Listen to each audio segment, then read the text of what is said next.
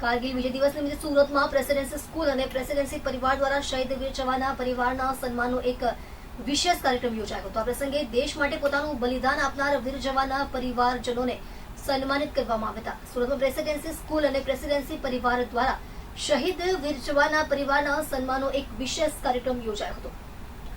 આ કાર્યક્રમમાં વીર શહીદ મેહુલભાઈ મેવાભાઈ ભુવાના પરિવારજનો ખાસ ઉપસ્થિત રહ્યા હતા। પ્રેસિડેન્સી પરિવાર દ્વારા શહીદ પરિવારનું ફૂલહાર અને સ્મૃતિચિહ્નથી સન્માન કરવામાં આવ્યું હતું। પ્રેસિડેન્સી પરિવાર તરફથી શહીદ પરિવારને 21,000ની ધનરાશિનો ચેક તેમજ રોજિંદા જીવનમાં ઉપયોગી વસ્તુઓ અર્પણ કરવામાં આવી હતી। આ સાથે જ પ્રેસિડેન્સી સ્કૂલના બાળકોએ પોતાના ખિસ્સા ખર્ચમાંથી એકત્રિત કરેલ ₹51,000ની ધનરાશિ પણ શહીદ પરિવારને દર વર્ષે અર્પણ કરવાની પરંપરા નિભાવી હતી।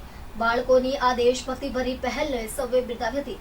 આ કાર્યક્રમમાં ઉપસ્થિત સૌએ કારગિલ યુદ્ધના શહીદોને શ્રદ્ધાંજલિ આપી દેશની એકતા અને અખંડિતતા માટે શહીદોના બલિદાનને યાદ કર્યા હતા। સાથે સાથે 26 જુલાઈ